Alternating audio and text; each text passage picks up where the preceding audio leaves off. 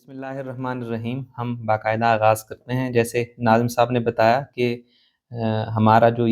اس کو ہم study circle نہیں کہہ سکتے کیونکہ زیادہ تر اس کا حصہ یک طرفہ ہوگا، تو اس کو ہم آن لائن لیکچر کہہ لیں یا جو بھی. تو الجہاد فی الاسلام پہ ہے. الجہاد فی الاسلام سید ابو الاعلیٰ مودودی رحمۃ اللہ علیہ کی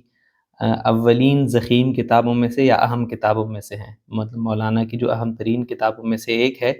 اور مولانا تصنیف کا زمانہ بھی وہ ہے کہ جو مولانا نوجوان تھے وہ زمانہ ہے، تو اس وجہ سے میں کہہ رہا ہوں کہ اولین اہم ترین کتابوں میں سے ایک ہے. اپنی سہولت کے لیے، یعنی جس طرح نان صاحب نے بتا دیا کہ 3 کلاسوں میں ہم اس کلاس کو مطلب اس کو کتاب کو ختم کرنے کی، مکمل پڑھنے کی کوشش کریں گے. تو اس کے ویسے ہیں بھی 3 ہی حصے بنتے ہیں. ایک ہے جیسے یہاں لکھا بھی ہے، پہلا حصہ اس کا ہے اسلام کا تصور جہاد اور جہاد کی قسمیں. اس میں باب اول، دوم اور سوم، چہارم، یہ 4 جو ابواب ہیں اس میں شامل ہے. اس طرح اس کا پھر دوسرا حصہ ہے جو اسلام کے قوانین جنگ جو ہیں، جنگ میں اسلام کون سے قوانین کا خیال رکھتا ہے یا کون سے قوانین اسلام نے پرووائڈ کیے ہیں، دوسرا حصہ وہ ہے، یعنی باب پنجم پر مشتمل ہے. اور اس کے آگے جو ہے باب ششم اور ہفتم، یعنی چھٹا باب اور 7واں، اس میں تقابل کیا ہے مولانا نے دیگر تہذیبوں اور دیگر مذاہب کے فلسفہ اور قوانین جنگ اور اسلام کے فلسفہ اور قوانین جنگ کے درمیان تقابل ہے. تو ہمارا جو حصہ ہے وہ پہلا ہے. آج کے حصے میں ہم آج کے اس پوری کلاس میں ہم کوشش کریں گے کہ پہلے 4 ابواب کا خلاصہ سا آ جائے. تو میں اسی ترتیب سے جاؤں گا جس ترتیب سے نوٹس ہیں، تاکہ ہم سے کوئی اہم بات چھوٹ نہ جائے. سب سے پہلے دیباچہ ہے. دیباچے میں مولانا نے ذکر کیا ہے کہ اسلام پہ ایک بہتان ایک عرصے سے، ایک زمانے سے لگتا آ رہا ہے، اور وہ یہ ہے کہ اسلام تلوار سے پہلا ہے، یا اسلامی تاریخ جو ہے وہ خون ریزی کی تاریخ ہے. لیکن مولانا تعجب کا اظہار اس بات پہ کرتے ہیں کہ یہ الزام جو ہے جس وقت اسلام کی تلوار چل رہی تھی، یعنی اسلام کے عروج کے زمانے میں یہ الزام نہیں لگا، بلکہ یہ زمانہ وہ ہے جب اسلام کی تلوار کو زنگ لگ چکا ہے، اس کے بعد یہ الزام لگتا ہے. تو اگر اسلام واقعی تلوار والا دین ہوتا یا خون ریزی والا دین ہوتا، تو جب خون ریزیوں کا بالفرض زمانہ تھا، جب اس کی تلوار بے نیام تھی، جب یہ اپنی تلوار سے فتوحات اسلام کر رہا تھا، تو اس زمانے میں یہ اس پہ الزام لگ چکا ہوتا. لیکن اس زمانے میں نہیں لگا، بعد کے زمانوں میں لگا ہے، اور اس زمانوں میں لگا ہے جب اسلام نے تلوار کو مسلمانوں نے زنگ لگا دیا. اور پھر ایک اور تعجب کا اظہار مولانا یہ کرتے ہیں کہ جو بہتان تراشنے والا ہے، جو بہتان بنانے والا ہے، وہ بھی ایسا نہیں ہے کہ خود بڑا، وہ ایسا نہیں ہے کہ خود اس کا کردار اپنا بہت زیادہ کوئی وہ ہو، مطلب کوئی بہت زیادہ اچھا ہو. اس کے اپنے ہاتھ انسانیت کے خون سے لتھڑے ہوئے ہیں. جیسے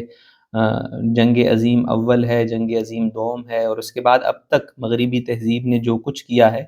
تو اس نے کروڑوں انسانوں، بے گناہ انسانوں کو بغیر کسی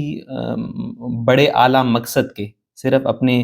حرص کو مٹانے کے لیے، صرف ملکوں کو اور قوموں کو اپنا غلام بنانے کے لیے یہ سب کچھ کیا. تو بہرحال بہتان تراشنے والا بھی یہ، مطلب اس کی شخصیت خود، اس کی حالت یہ ہے.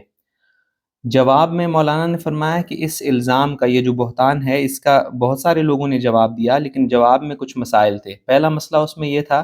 کہ جواب دینے والے جس ماحول میں تھے، یعنی سیاسی طور پر بھی غلام تھے، ایک غالب تہذیب، مغربی تہذیب سے مرعوب بھی تھے، ذہنی طور پر بھی وہ شکست خوردہ تھے.